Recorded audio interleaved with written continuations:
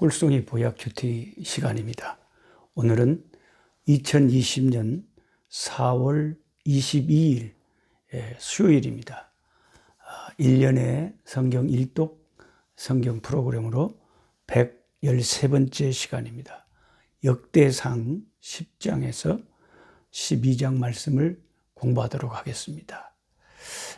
요즘에 이제 교회 모이기가 코로나 때문에 힘들어서 이렇게 저의 유튜브 성경 이걸 통해서 새벽에 또 이렇게 기도하시고 또 새벽 기도를 다녀오셔서도 함께 말씀을 이렇게 나누고 해서 이게 잘 활용이 되는 것 같아서 참 감사합니다.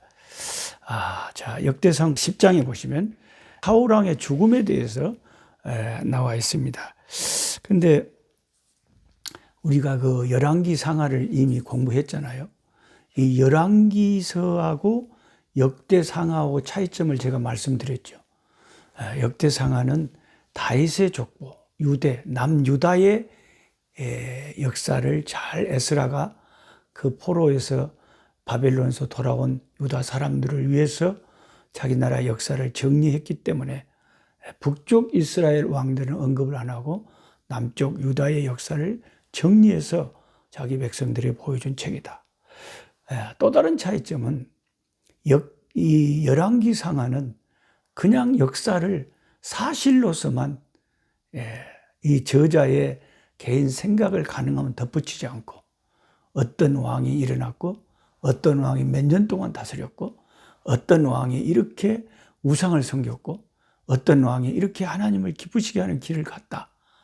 이런 식으로 역사적 사실에 충실해 가지고 그것만 객관적으로 적어 기록을 하고 그 평가는 독자들이 하도록 맡겨놨습니다. 그런데 역대상하는 차이가 뭐냐? 에스라, 학사 에스라는 그게 아니죠.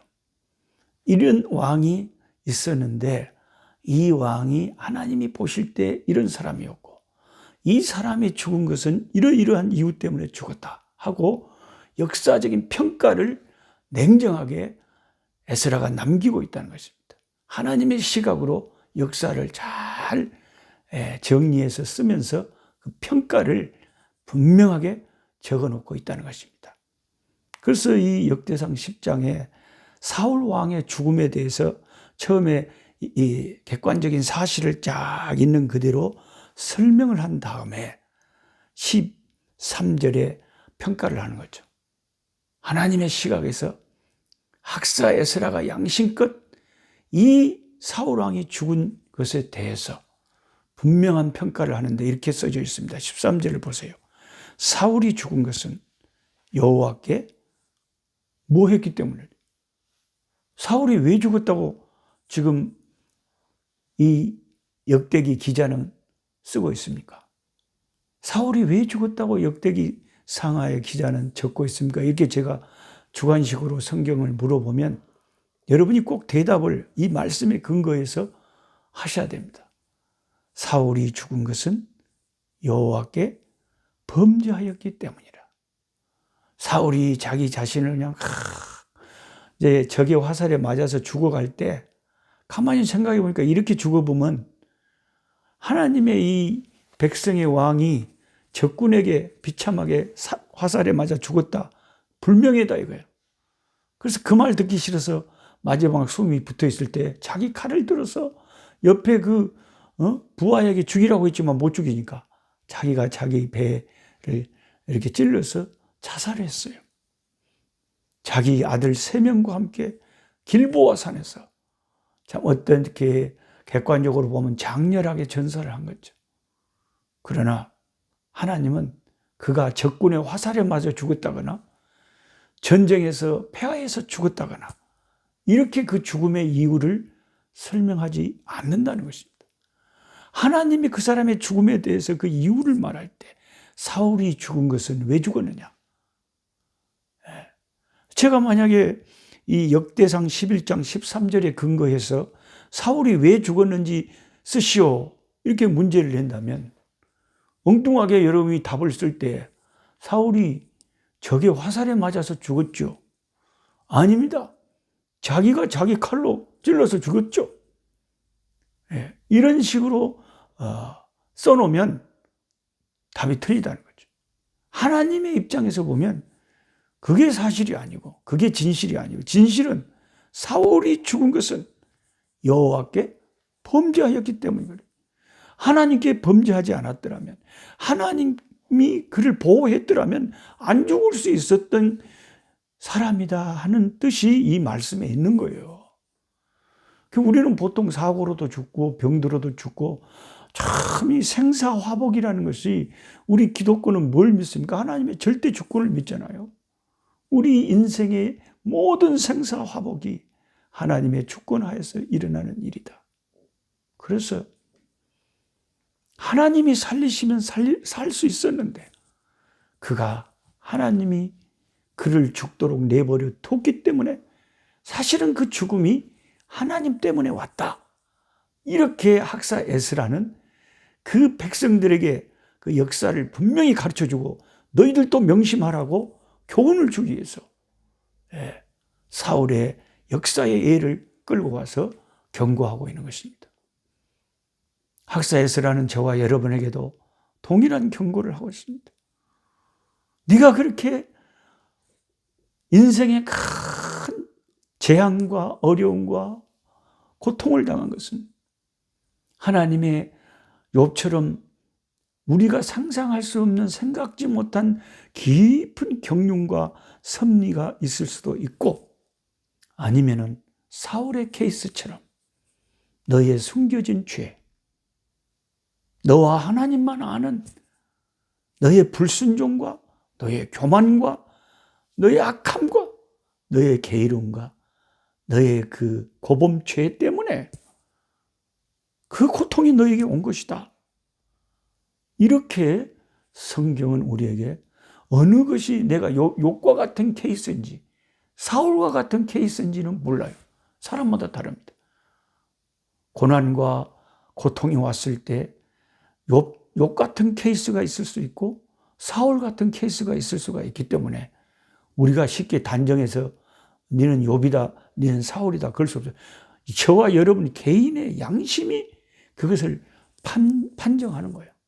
자기가 자기를 가만히 뒤돌아볼 때 나는 아무리 욥처럼 나를 생각해 봐도 뭔 회개할 거리가 생각이 안 난다. 그건 욥과 같은 케이스죠. 근데 가만히 생각해 보니까 사울처럼 14절에 죄가 생각난다. 세 가지 죄 때문이라고 말하는 거예요.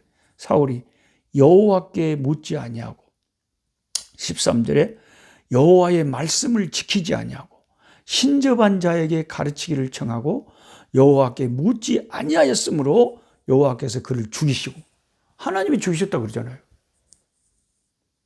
분명히 사실은 자기가 자기를 찔러 죽었는데, 전쟁에 패해서 죽었는데, 학사 에스라는 그가 죽은 이유를 하나님이 그를 죽이시고 그랬잖아요.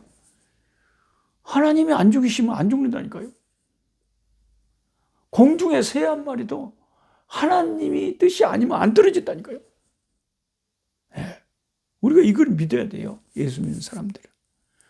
여호와께 말씀을 불순종하고, 하나님이 아말렉 다 전멸하라고 했는데 반만 전멸하고 좋은 것은 남겨두고, 자기 생각대로 신앙생활하지 말씀대로 순종하려고 안 하는 거예요.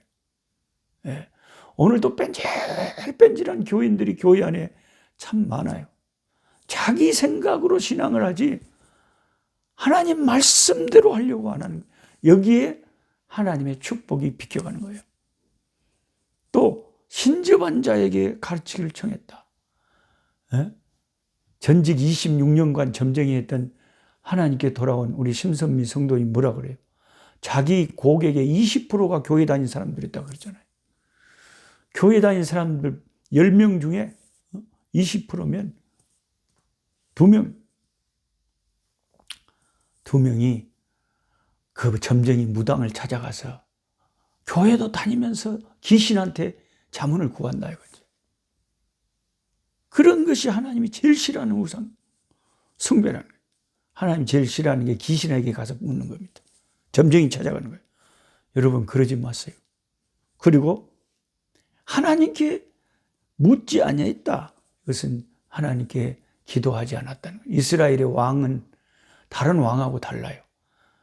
내가 이스라엘에 비록 왕이라 할지라도 이 나라의 참된 왕은 하나님이시다.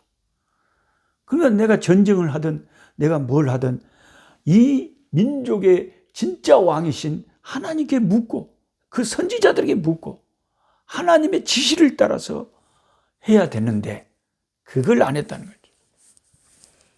네, 이 세 가지 죄가 사울을 죽음에 이르게 하고 하나님이 그를 죽음에 버려두셨다는 것입니다.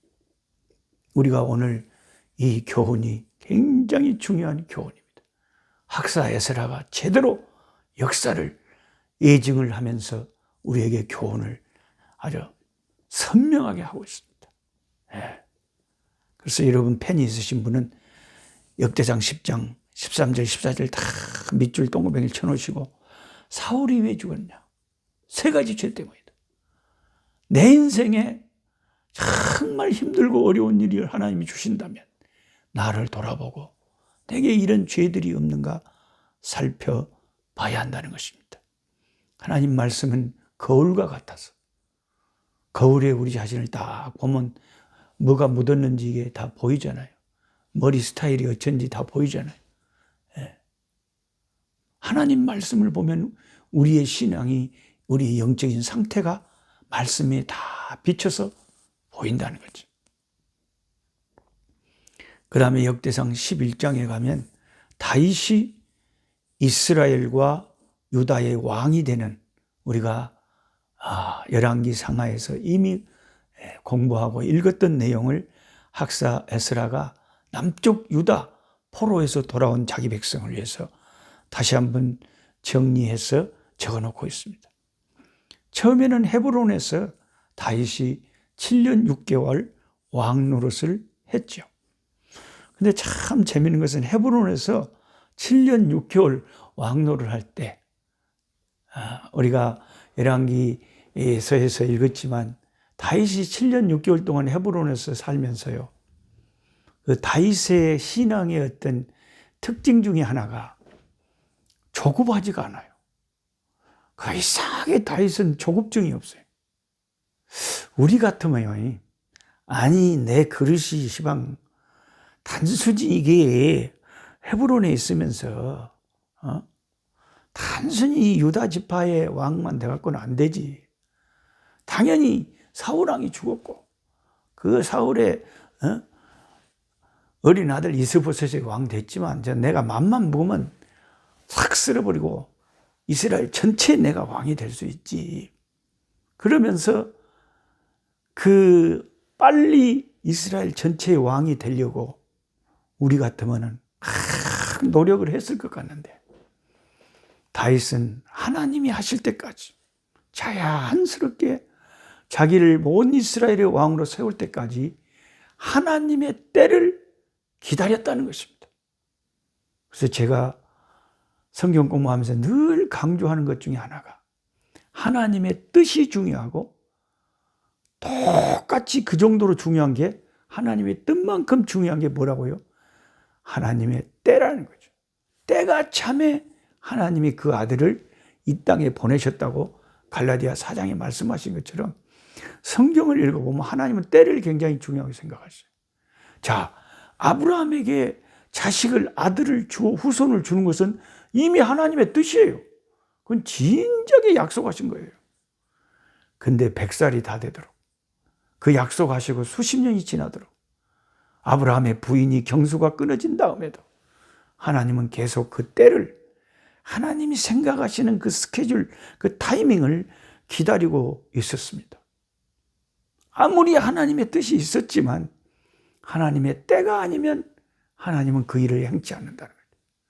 그래서 신약에 와서 우리가 예수님의 행적을 복음서에서 유심히 읽다 보면 주님께서 늘 내 때가 아직 이르다. 그 때라는 것은 하나님이 원하시는 때를 말하는 거예요.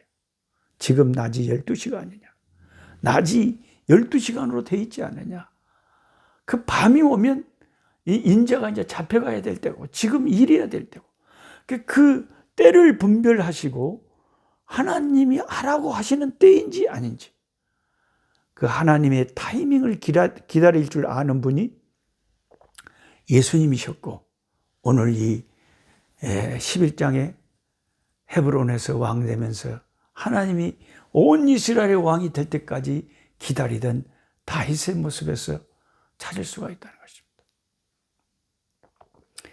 그러니까 이렇게 긴 호흡을 가지신 하나님을 우리가 섬기면, 예수 믿는 우리가 제일 어려운 것 중에 하나가, 신앙생활의 어려운 것 중에 하나가 하나님의 시간표가 내가 원하는 내 인생의 시간표하고는 너무 차이가 나기 때문에, 하나님은 하루가 천년 같고 천년이 하루 같은데 우리는 좀 빨리빨리 됐으면 좋겠는데, 하나님의 시간은 어떨 때는 천천히 흘러가고 느리게 흘러가기 때문에 그 하나님의 때를 기다리는 것이, 그 인내라는 것이, 오래 참는다는 것이, 끝까지 견딘다는 것이 신앙생활에 얼마나 힘든 부분이고 중요한 부분인가 하는 것을 성경이 가르쳐주고, 저와 여러분이 신앙생활하면서 가장 실감을 하는 대목이 하나님의 때를 기다리는 것.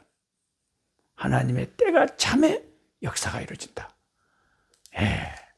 달도 차야 보름달이 되고 모든 게 다 때가 있는 거죠. 제가 3월 중순쯤에 차를 몰고 벌교 근처를 싹 도로를 지나가는데, 이 도로가에 벚나무가 쫙 그냥 무슨 임금의 신하처럼 탁 배열을 해가지고 내 차를 그냥 바라보고 있어요. 그런데 완전히 빨가벗고 있습니다. 잎사구도 없고 꽃도 없고. 근데 불과 1, 2주일, 탁 3월 말이 되니까 불과 몇 주 전까지만 해도 아무것도 없던 그곳에 하얀 꽃들이 완전히 등불처럼 확 피어있더라고요. 큰 꽃이 피기 전에 그 벚꽃의 침묵을 보면서, 하나님의 때가 돼야 꽃나무 하나도 꽃을 피우는 것이지, 아무리 지가 용을 써도 11월달, 12월달, 1월달, 2월달, 3월 중순까지 안 피어버린다. 전혀 시침이 딱 되고 아무 일도 일어나지 않을 것처럼 그렇게 버티고 서 있습니다. 하나님의 때가 딱 되면, 3월 말 4월 초가 되면 벚꽃이 그냥 흐드러지게 피어버려요. 저와 여러분의 인생에도 하나님이 정하신 꽃피는 봄날이 있고 추운 겨울날이 있고 뜨거운 여름날이, 열매 맺는 가을날이 다 때가 있는 줄 믿습니다. 다윗이라고 하는 사람의 위대한 것 중에 하나는, 그는 헤브론에서 하나님의 때를 철저히 기다렸고, 그리고 하나님이 그에게 그 기다리는 동안에 그 11장 10절부터 보면 그 돕는 자들을 다 주변에 붙여준 거예요. 심지어 어느 정도 돕는 사람들이 있었느냐, 자기가 목이 마르다고 하니까 적진을 완전히 뚫고 가서 생명을 내놓고 새 용사가 물을 떠와서 왕에게 갖다 바치는데, 자기 목숨을 내놓고 물 들어간 이 새 용사의 충성심을 보고 다윗이 물을 땅에다가 부어버리면서, 생명을 값으로 가져온 물을 내가 어떻게 마실 수 있냐. 그만큼 충성되고 용맹한 자들이 다윗의 주변에는 꽉 차 있었다는 거죠. 여러분, 하나님을 섬기다 보면요, 하나님이 붙여주는 사람이 있어요. 다윗에게 붙여준 용사들이 있었어요.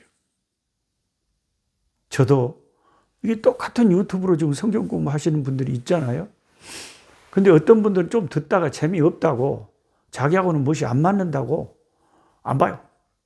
에이, 난 아니네.